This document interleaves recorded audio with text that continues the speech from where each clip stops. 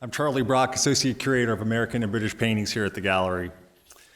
John Wilmerding scholarship informs almost every aspect of American art, and my topic today, George Bellows, is no exception. John helped organize the 1982 exhibition, The Boxing Pictures, at the National Gallery, and more recently, he and Alice Walton have assembled a remarkable collection of Bellows' work at the Crystal Bridges Museum of American Art in Arkansas, including the brilliant boxing pastel, The Knockout. As the Walton Family Foundation support for today's program acknowledges, anyone who enters the field of American art is indebted to Dr. Wilmerding. Before I begin, I'd also like to thank my colleagues in academic programs for organizing the Wilmerding Symposium and Molly Donovan for her inspired installation, Bodies of Work, which has challenged us all to think in new ways about the gallery's collections.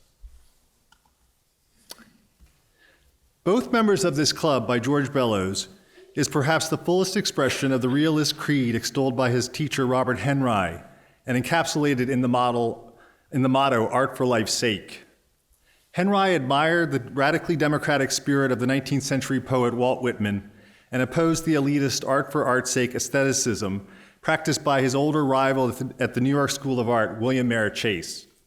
He exhorted his students to expand their vision beyond Chase's more socially acceptable subject matter and the privileged trappings of, for instance, A Friendly Call, another brilliant American painting in the gallery's Chester Dale collection. Henry urged his young followers in New York City to seek out new experiences in the world at large, to act, as he put it, as sketch hunters, fully immersing themselves in the manic activity of New York in an attempt to capture urban life in every dimension. Henry wanted his students to engage difficult realities that had been largely ignored, not so much to offer specific solutions to them, but to instead unsettle received notions. The goal was to disturb and to be problematic, to raise questions, not to answer them. In following the path of art for life's sake, young artists aspired to break down the distance between the studio and the street, between their bodies and the bodies they depicted, between the act of painting and the act of living. Painted just after Bellows' 27th birthday, perhaps no painting embodied Henry's ambitions for the new wave of American artists more than both members of this club. My talk today will begin by looking at how both members was, in both its subject matter and style, a singular modernist work at the time it was first exhibited in 1910. Turning to the issues of race that the painting engages, I'll then discuss how Bellows and the Henry Circle were understood in relation to American modernism and African American art by the Howard University philosopher and art historian Alain Locke in his 1936 book, Negro Art, Past and Present. Finally, I'll consider how Chester Dale's gift of both members of this club to the National Gallery of Art in 1944 was a critical early step in the gallery's efforts to address how American art was represented. Beginning with very little American painting or contemporary art of any kind in its collections, this provocative image marked the gallery's entry into what would become an ongoing conversation about American cultural identity, which continues in Washington up to the present day in ways that I believe Locke would have recognized and to a great degree encouraged. When Bellows chose to depict club fights as a way to advance Henry's modernist agenda, he could not have picked a more controversial subject. The painting reflected the shifting realities of boxing in New York City following the enactment of the Lewis Law in 1900, which prohibited public matches. In response to this prohibition, athletic clubs sprang up throughout the city, much like speakeasies later would during the 1920s. These institutions skirted the law against public fights by holding widely publicized matches featuring professional and amateur boxers from around the country under the ruse that they were somehow private matches between the members of private clubs, hence the work's title. Bellows observed these fights firsthand at the Irish-American and former heavyweight Tom Sharkey's Athletic Club, located across the street from Bellows' studio in the Lincoln Arcade building at Broadway and 66th Street. Sharkey's was a particularly notorious club. On March 19, 1908, the New York Times reported, "The Sharkey Athletic Club ran afoul of the police again last night, and the result was one of the most spectacular raids this club has experienced. In the fourth round, while the members were figuring out how the encounter would terminate, a man jumped into the ring and blew a whistle. The inspector told all to keep their seats, then went in search of James Buckley, manager of the club, and Jimmy Kelly, who said he was the manager of Pugilist. Charged with aiding and abetting a prize fight and violating the penal code, they were bailed out by a Columbus Avenue saloon keeper. Sharkeys also hosted interracial boxing matches. For instance, on August 4, 1910, the Times reported that William Brown, a black boxer from San Francisco, knocked William Ford, a white fighter from Philadelphia, unconscious at the club. The account resonates with Bellows' painting. When Ford dropped the last time, it was from a terrific right swing that landed on the white man's jaw, and the weakened fighter toppled over. His seconds jumped into the ring to carry Ford to his corner, and they were shocked to find that he did not respond to the usual treatment, but remained in a coma. The club physician ordered Ford taken to the dressing room. It seemed likely that death might ensue if Ford were not taken to a hospital, but the police were not informed of the accident. At 11:30, Ford was carried downstairs and into an automobile, which was driven hurriedly from in front of the club. The policeman stationed in front of the club whenever there was a stag had left by this time. As soon as Brown saw the dangerous condition of his opponent, he left and could not be located after that. The police professed to know nothing of the accident. It has not been learned where Ford was taken. Both members of this club, like these newspaper narratives, calls into question the integrity of almost every aspect of this particular slice of American life. The painting implicates those who look and look away: spectators, reporters, promoters, politicians, police, club doctors, athletes, and ultimately even Bellows, the artist himself. It registers the plight of a pair of fighters from the nation's working classes, locked in vicious combat in the boxing ring, one of the few arenas where, if they are fortunate enough to emerge with body and mind intact, they could earn money as well as make a name for themselves. At a time when the Comstock laws and other moral strictures against the depiction of the nude were still very much in force in American society, the painting displays an all-male venue where essentially naked masculine bodies are on violent display for the entertainment and pleasure of other men. When Bellows' gendered homosocial boxing paintings were first exhibited, they were sometimes, like the actual fights, deemed off-limits for female viewers and set aside in separate spaces for men's eyes only. Painted just after Jack Johnson became the first African-American heavyweight champion of the world, and when interracial matches were banned in many parts of the country, the subject is moreover racially charged. Bellows had at one point considered an offensive, starkly racist title for the painting, which he noted here in his record book but never used. He chose to exhibit the work under the more elusive "both members of this club," a stock phrase used to announce club fighters to their audiences. While we are left to conclude, as Martin Berger has, that Bellows' quote, "racial views show every indication of having been mainstream," by not labeling the painting in such bluntly racial terms, Bellows gave viewers more leeway to react to all that the frenzied scene threw at them, to establish their own viewpoints and explore their own consciences about race and the other controversial issues the painting opens up. Confronted with a moment suspended in time, with the outcome of the fight still hanging in the balance, we are left to contemplate what exactly is happening and how the situation might unfold. What the audience, the boxers, and the artists are thinking, and what might have brought us to this violent place. The painting provokes many troubling questions, but offers no definitive answers. Everything is in play. Although Bellows was clearly a man of the left, his colleague on the journal The Masses, Art Young, once called him more anarchistic than socialistic. At this early stage of his career, he generally kept his art apart from political agendas, striving instead to convey his direct experience of events. Bellows stated, "I am not interested in the morality of boxing." His intent was instead more elemental. "I don't know anything about boxing. I am just painting two men trying to kill each other." Bellows then offered this telling observation, "But let me say that the atmosphere around the fighters is a lot more immoral than the fighters themselves." The painting bears this out as we turn from observers into participants through 3 stages of perception. First, we circle the scene, scanning the leering audience around us, looking at the lookers. Next, we join the crowd and direct our gaze with them up towards the focus of their attention, the fighters looming above.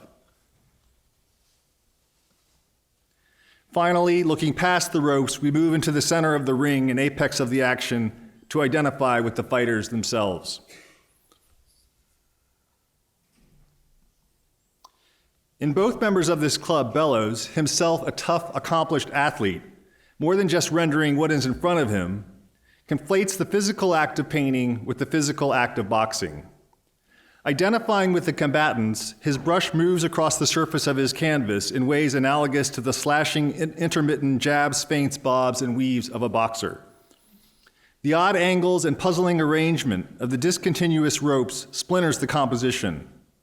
The spatial confusion signals a transition from the more traditional realism of Bellows' Goya-like depictions of the audience to the disorienting experiential realism of the conflicted areas where the fighters and the artists commune. Here, the wide-eyed looking of the spectators outside the ring gives way to the half-blind bodily sensations of the fighters in the ring. At the painting's core, the 2 fighters collide and merge at a confluence of black and white, flesh and blood, where, through Bellows' intervention, their inner invisible lives of viscera and consciousness are, it seems, somehow turned inside out and made visible, transmuted into something tangible and yet illegible and powerfully abstract, paint itself. In 1915, Bellows commented on the ways in which, in depicting his subjects, he was subsumed by them.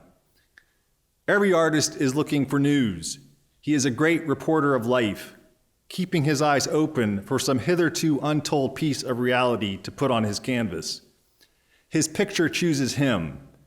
He doesn't choose what he shall paint any more than a writer chooses the news that shall happen or the idea that shall possess him.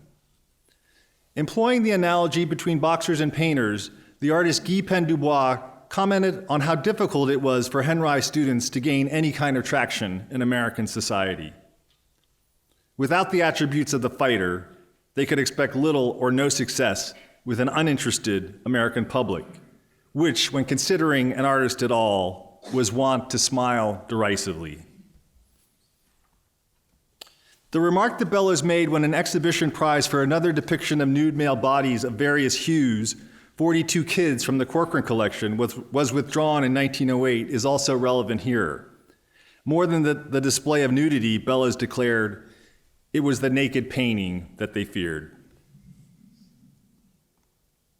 Because of its vehement assertion of the vital role played in American life by both boxer and artist, both because of what it shows and how it shows it, both its black and white subjects and its aggressive style, both members of this club, for all of the notoriety it gained Bellows, could not find a buyer.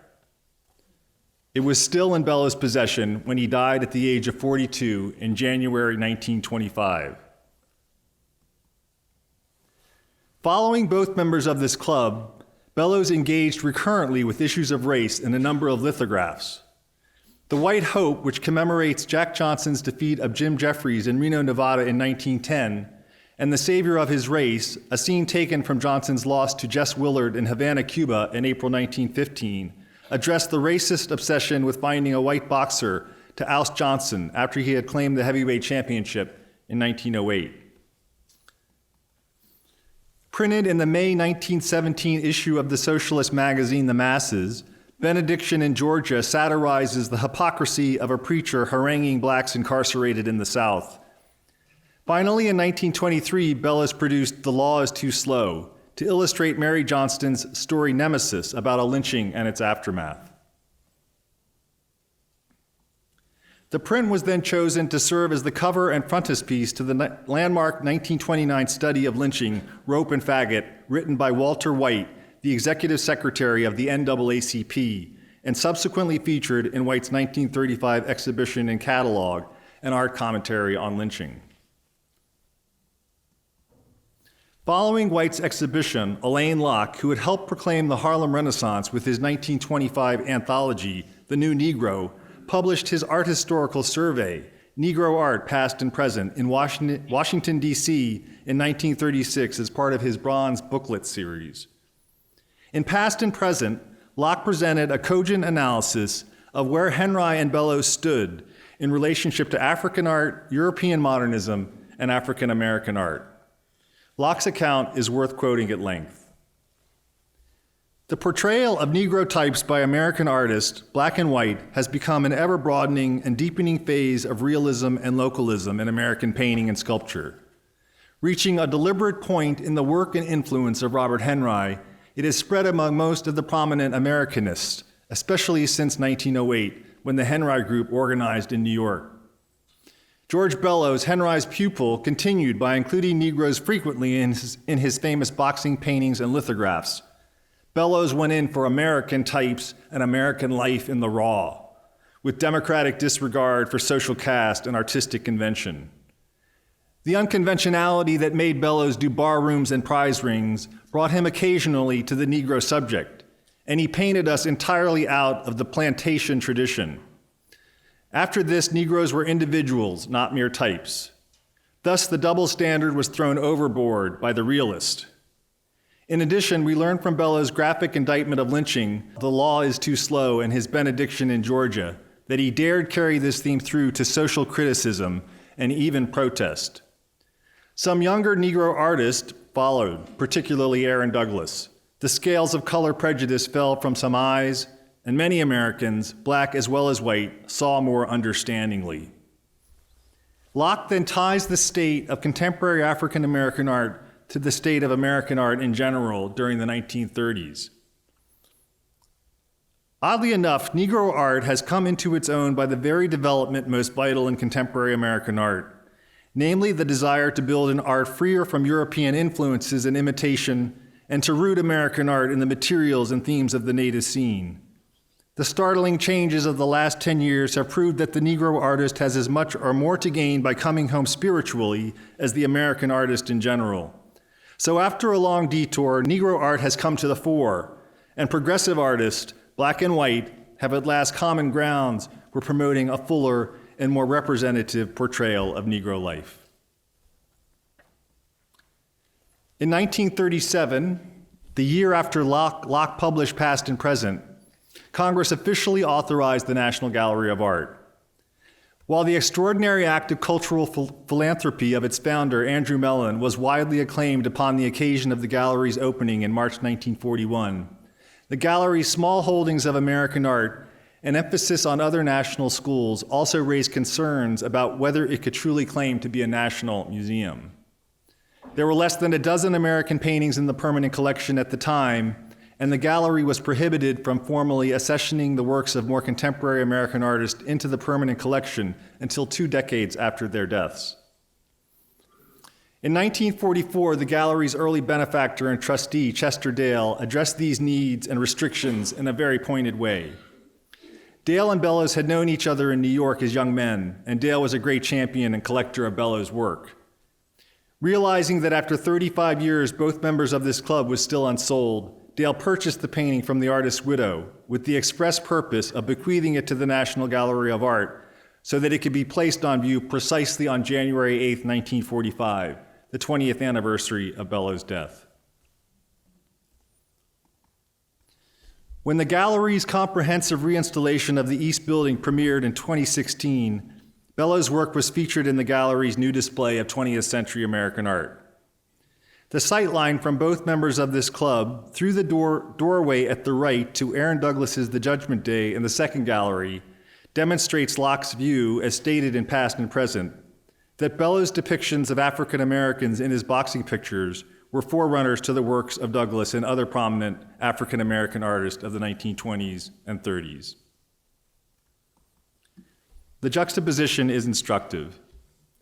Highlighting a dynamic black athlete in the midst of a violent maelstrom, with Bellows' realist proclivities for rendering, as Locke put it, American life in the raw on full display, both members of this club delves headlong into the country's conflicted views regarding class, gender, race, and the body. Inspired by the last of James Weldon Johnson's sermon poems from his 1927 publication, God's Trombones, and evoking the performative folk traditions of African American preachers in a modernist streamlined style with allusions to Cubism's sources in African art, the Judgment Day is a more transcendent religious image. Beyond these differences, the similar stances taken by Bellows' Black Boxer and Douglas's lavender African angel Gabriel are striking. Both protagonists are shown with one leg planted firmly on the ground and the other raised up and bent sharply at the knee as they loom over their enraptured audiences. While rooted in the difficult worldly and spiritual dimensions that threaten their congregations, these figures also direct our attention affirmatively upwards, towards the physical confluence of the boxer's gloves in Bellows' painting and toward the radiating light and sound of Douglas's work. In addition to linking Bellows and Douglas, such correspondences illuminate how interrelated the physical realities of Black athletes and the spiritual concerns of African American preachers, poets, intellectuals, and artists were during the first half of the 20th century. And as Elaine Locke's analysis makes plain, how central and integral African American culture in all its many dimensions has been and continues to be to the history of modernism in the United States. Thank you.